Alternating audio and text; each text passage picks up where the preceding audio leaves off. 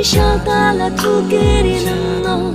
Ani horslani hopreng bo nunno Oh jadu Nukum keno no no nugo Tong mang tamang mui tu mano Hopong shapong nungani kawo Shiring shiring tongai malia Kapangani nogo bathakya Ring horo anoni ni maya Tabugle ang shawe man ka Nang ang kani lang ma Wakom toya ang lenang ya Rang tagri takabayang Nono se nanggo lang ma Shalom Nono she shano baka Jadu yo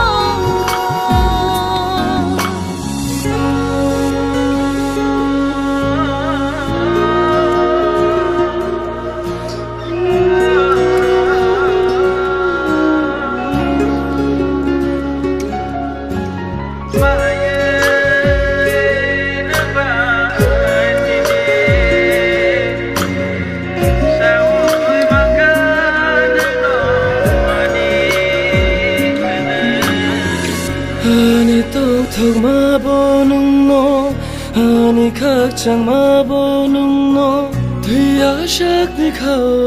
ang le Sumai tang kha ta bu gang le ni ni Na khiri nai no no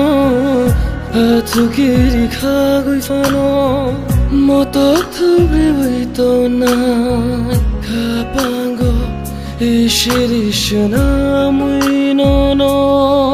Chume kuri no kamusangya Nung kuri kiyang le tong thogya No no she nangu langma Shalbu No no she shano buka Jadu yo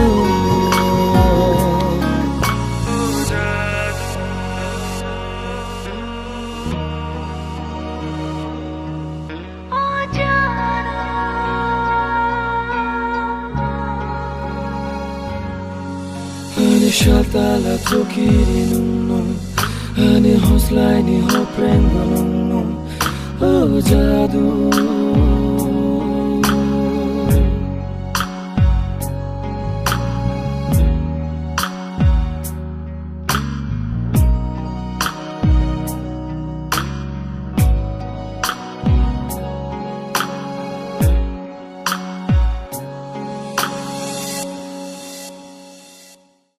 Rolling, clap, clap out, action. Ani shaltala tukiri nunno Ani hoslai ni hopreng nunno Oh jadu